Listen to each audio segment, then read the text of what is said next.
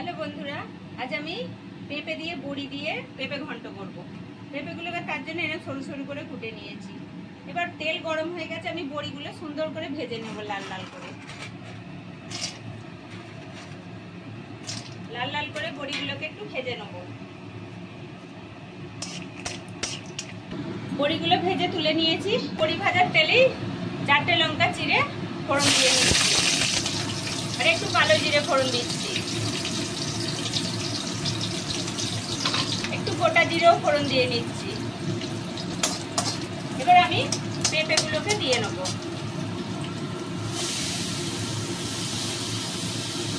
এই দেখুন, একটা আলু পুরেও রেখে দিয়েছি, এটাও দিয়ে নিচ্ছি। এবার এটাকে আমি নেড়ে নেড়ে ভালো করে ভেজে নেব। 1 গিট আদা পুড়ে নিয়েছি, সেটাও দিয়ে নিচ্ছি। একসঙ্গে সবকিছু ভেজে নেব।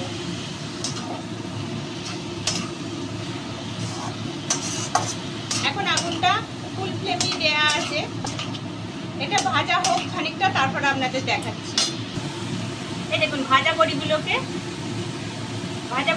গুঁড়িয়ে নিয়েছি। এবার এটাকে দিয়ে নিচ্ছি, আর এতে দুটো ভেজানো ছোলাও দিচ্ছি, কারণ আমার মেয়ে খেতে ভালোবাসে। আপনারা দিতেও পারেন, আবার নাও পারেন।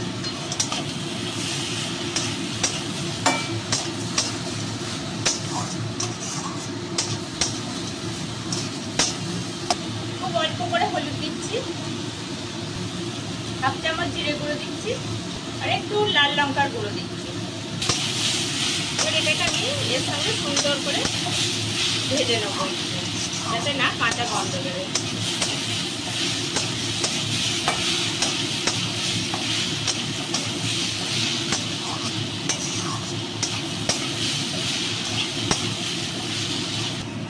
এতে পরিমাণ মতো নুনও দিয়ে নিচ্ছি। এবার আমি এটাকে ঢাকা দিয়ে দিয়ে কষবো।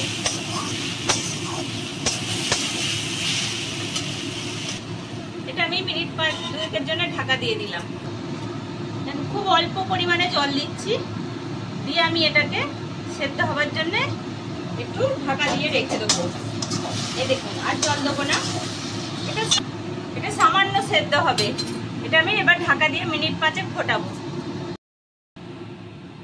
এটা মিনিট 5 হয়ে গেছে। এবার আমি খুলে দেখে নিচ্ছি। এই দেখুন, খুব সুন্দর হয়ে গেছে।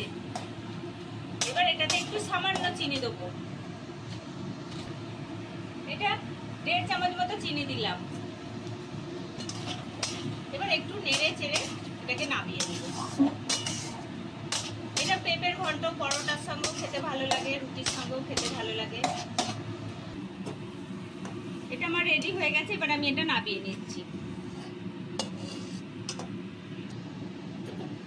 যদি এরকম বড়ি দিয়ে ছোলা দিয়ে পেঁপের ঘন্ট আপনাদের দেখতে ভালো লাগে, তাহলে একটা লাইক করবেন, শেয়ার করবেন, কমেন্ট করবেন, আর সবাই মিলে সাবস্ক্রাইব করবেন।